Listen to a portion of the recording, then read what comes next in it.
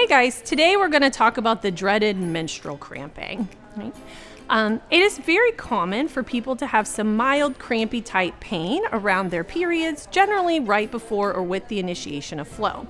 Now, if your menstrual cramping is more severe, especially if it's causing you to miss school or activities that you enjoy, you may have what we call dysmenorrhea, which is just a fancy doctor term for notably painful periods. Right? Now, the most common reason people have dysmenorrhea is just from the contraction of the uterine wall itself. So when you have your period, what you are actually doing is shedding the inside lining of your uterus, and that releases as your menstrual blood.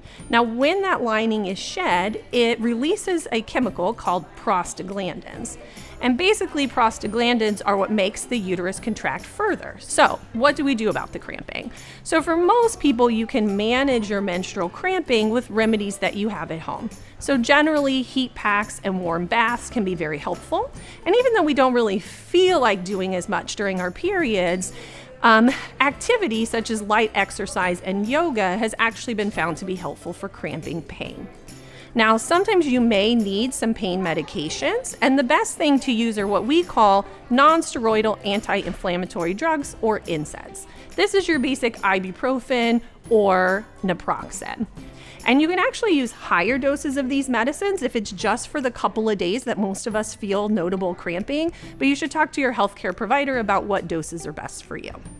Now, for some people, these things may not manage the cramping as best as you would like.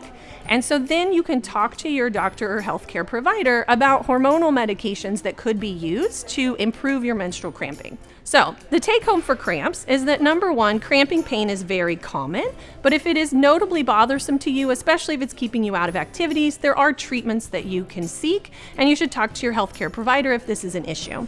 And finally, if you're still having crampy pain despite these interventions, then you may want to look if there's a secondary cause for the cramping, again, discussing this with your healthcare provider.